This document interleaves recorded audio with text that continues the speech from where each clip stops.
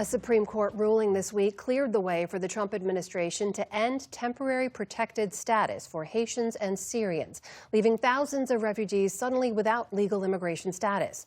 One of the states that could face the biggest impact is Ohio, where more than 10,000 Haitian migrants have settled. The state's Republican Governor Mike DeWine has called the move, quote, a mistake. For more on the ruling and what it means for communities in his state, I am joined now by Governor Mike DeWine. Governor, welcome back to the News Hour. Thanks for joining us.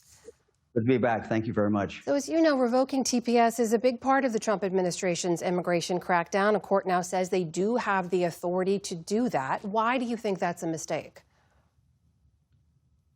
I think the policy is wrong. The policy is wrong. What I'm seeing specifically in Springfield and in Ohio, you talked about a number of Haitians who have come in.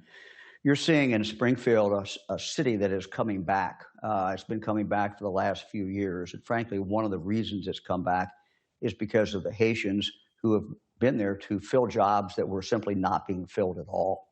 And that's what the employers will tell you. That's what the mayor issued another statement yesterday, and he's consistently said that these Haitians are buying homes, they're opening businesses, they're working, and they're trying to, some of them raise their family there. They're contributing to the community.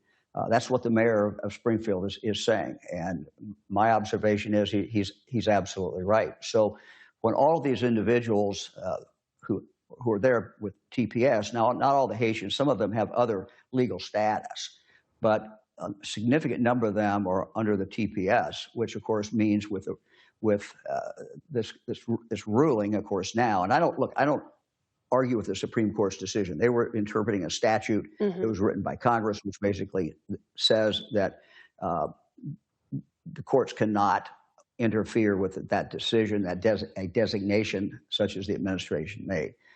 My point is about policy, and I've consistently said this. This is bad for Ohio. This is a job killer for Ohio. It's a job killer for Springfield. It's not good for our state. Can I put to you, Governor, what we've heard from the administration on this, which is something we heard Stephen Miller of the White House say yesterday when asked about whether or not it is safe for Haitians to go back to Haiti. Here's what he said. The fact that there might be pockets of Haiti where there's higher crime rates, guess what? There's pockets of Chicago with crime rates just as high, right? There's pockets of cities like St. Louis with crime just as high. Pockets of Los Angeles, crime just as high. It has never been the case that having communities that have high crime rates is a basis for asylum. Never has been, never will be. So, Governor, the White House says it's safe for Haitians to go back, and they also say this was meant to be a temporary status. It's in the name, and it's been, in some cases, extended for years and years. What's your response to what they're saying? Well, to say it's safe to go to Haiti is absurd, and to compare it to Chicago, I think it doesn't make any sense at all. Look, I have a lot of contacts in Haiti. We work with people in Haiti. We have a school down there, my wife and I do. And, we've traveled there 20, 25 times, and we have a lot of contact there. It is worse today in Haiti than it's ever been.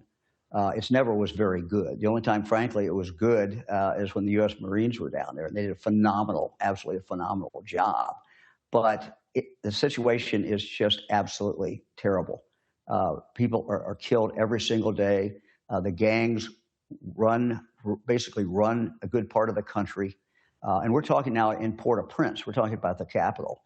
You cannot fly into Port-au-Prince with a U.S. carrier because the U.S. carrier will not go into Port-au-Prince. Why?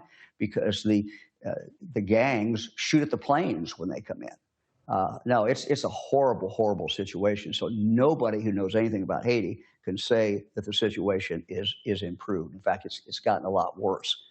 Good evidence of that is, Haitians who I have talked to who knew that they would have to leave or thought they might have to leave. There wasn't anybody I've talked to that said they were going back to Haiti. They're going to try to find any place else to go to where they can work and support their family, but they're not going back there.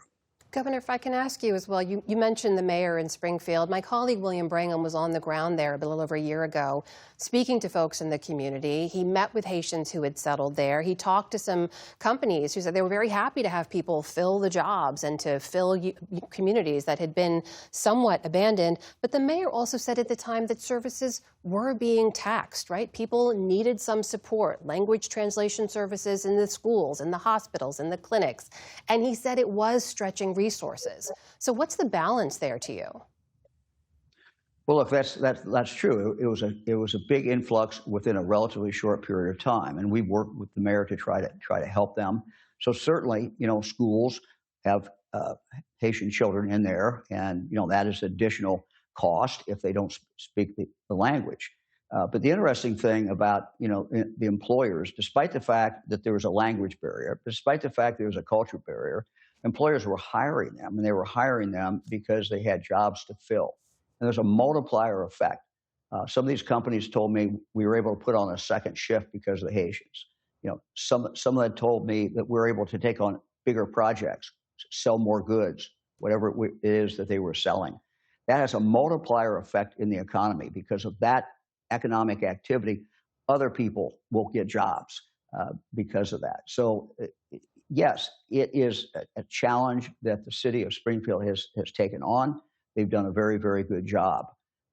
But I think if you ask the business people, if you ask the mayor, what is going to happen, the answer is when these individuals who no longer have TPS status, when they don't have TPS status, they cannot be employed. Mm-hmm. So, they're going to be unemployed, and many of them have already left. Some of them, the rest of them will have to leave at some point and try to find some country where they can actually work. I mean, the big picture for Ohio is this. We are a red-hot state. We are bringing in companies all the time to Ohio.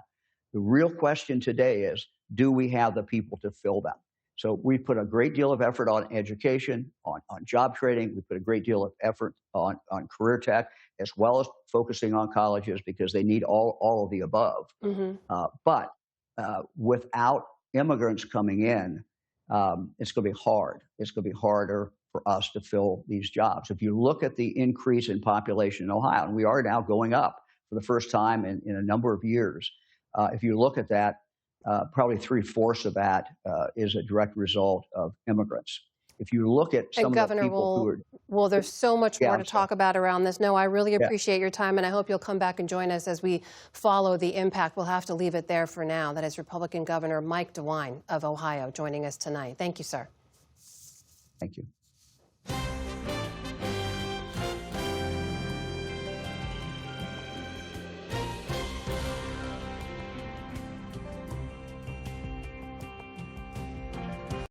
Support journalism you trust. Support PBS News. Donate now, or even better, start a monthly contribution today.